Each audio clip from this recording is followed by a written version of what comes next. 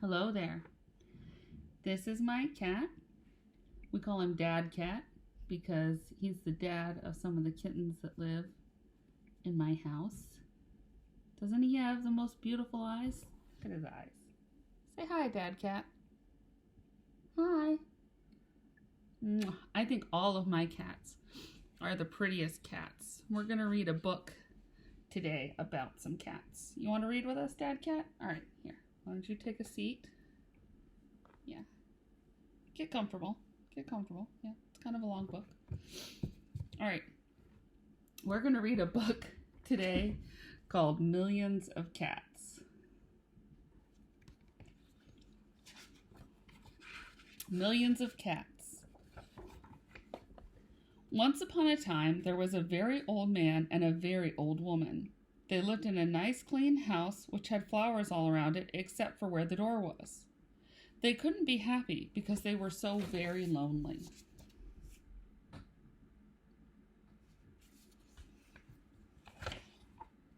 If only we had a cat, sighed the very old woman.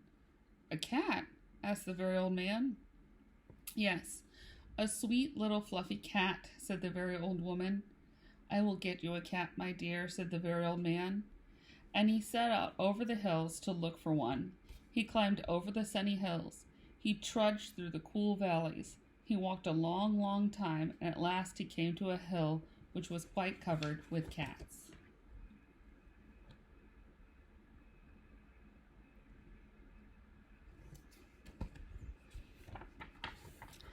Cats here, cats there, cats and kittens everywhere.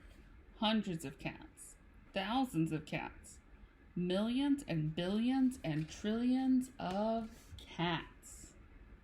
Do you see all those cats? It's a lot of cats.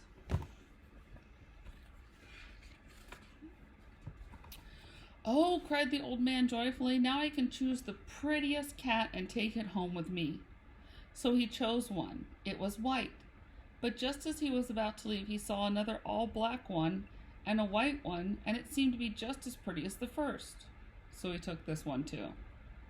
Then he saw a fuzzy gray kitten way over there, which was every bit as pretty as the others, so he took that one too. And now he saw one way down in the corner, which he thought was too lovely to leave. So he took that one too.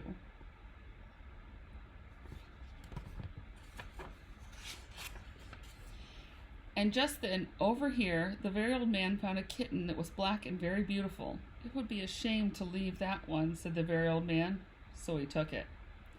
And now, over there, he saw a cat which had brown and yellow stripes, like a baby tiger. I simply must take it, cried the very old man, and he did.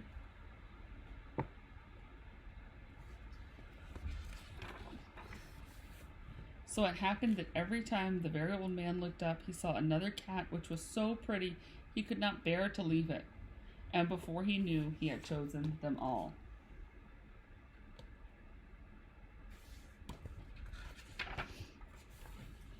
And so he went back over the sunny hills and down through the cool valleys to show all his pretty kittens to the very old woman. It was very funny to see those hundreds and thousands and millions and billions and trillions of cats following him. See all the cats following him? They came to a pond. Mew, mew, we are thirsty, cried the hundreds of cats, thousands of cats, millions and billions and trillions of cats. Well, there's a great deal of water, said the very old man. Each cat took a sip of water and the pond was gone. So many cats. Mew, mew, now we are hungry, said the hundreds of cats, thousands of cats, millions and billions and trillions of cats. There is much grass on the hills, said the very old man. Each cat ate a mouthful of grass and not a blade was left. I don't think cats really eat grass, but this is just a pretend story.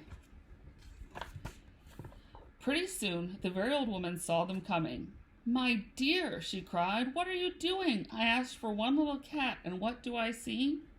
Cats here, cats there, cats and kittens everywhere. Hundreds of cats, thousands of cats, millions and billions and trillions cats.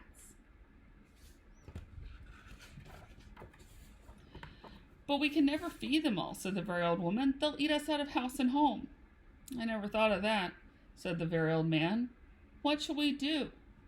The very old woman thought for a while, and then she said, I know. We will let the cats decide which one we should keep.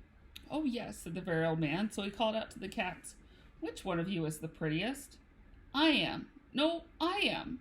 I'm the prettiest. I am. No, I am. Cries hundreds and thousands and millions and billions and trillions of voices, for each cat thought itself the prettiest. And they began to quarrel. Quarrel is a fancy word for fight. They bit and scratched and clawed each other and made such a great noise that the very old man and the very old woman ran into the house as fast as they could. They did not like such quarreling, but after the noise stopped and the very old man and the very old woman peeped out of the window to see what happened, they could not see a single cat. I think they must have eaten each other all up, said the very old woman. It's too bad. But look, said the very old man, and he pointed to a bunch of high grass. In it sat one frightened little kitten. They went out and picked it up. It was thin and scraggly. I also don't think cats eat each other up, but again, this is a pretend story. Poor little kitty, said the very old woman. Dear little kitty, said the very old man. How does it happen that you were not eaten up with all those hundreds and thousands and millions and billions and trillions of cats?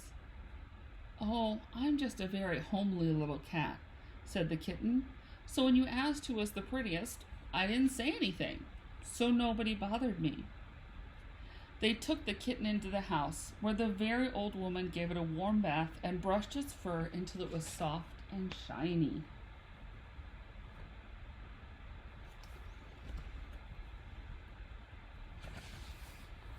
Every day they gave it plenty of milk, and soon it grew nice and plump.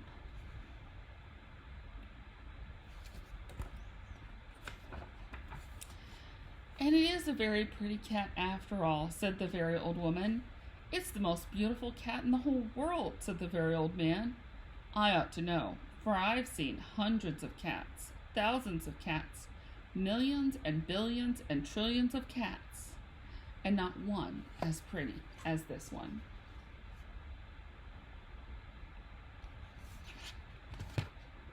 The end.